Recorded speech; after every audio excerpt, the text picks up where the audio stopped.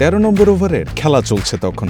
Bat করছেন মির্জা বেগ, বল করতে এলেন নোয়াখালী এক্সপ্রেসের বোলার মেহেদী হাসান রানা। 4 নম্বর বলটাতে মারলেন বিশাল এক ছক্কা, পরের বলে হাঁকালেন 1-4। চট্টগ্রাম রয়্যালসের ব্যাটিংয়ের চাকাটা যেন খানিকটা একাই ঘোরালেন দলটার পাকিস্তানি ব্যাটার মির্জা বেগ। সিলেটে টস জিতে এদিন প্রথমে ব্যাট করতে নামে চট্টগ্রাম রয়্যালস। শুরুটা সাবধানী ভঙ্গিতেই করে দলটার দুই ওপেনার মির্জা বেগ এবং নাইম শেখ। যদিও কোটি টাকায় চট্টগ্রামে যোগ দেওয়া নাইম পারেননি সুবিধা করতে। 11 রান করে ফিরেছেন দলীয় 29 রানেই। মাহফিজুলকে সঙ্গে নিয়ে তারপর রানের চাকা সচল রাখেন মির্জা বেগ। সাদাকাতের বলে 16 রান করে মাহফিজুল আউট হওয়ার আগে দুজনে মিলে গড়েন 35 রানের জুটি।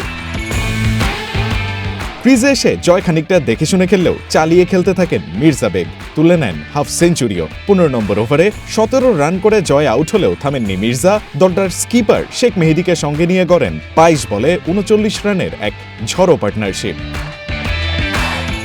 13 বলে 26 রান করে মেহেদী আউট হলেও মির্জা বেগের 69 বলে 80 রানের ইনিংসে ভর করে নোয়াখালীর সামনে 175 রানের টার্গেট দিয়েছে Chattogram Royals. Rayan Ahmed, One Sports desk.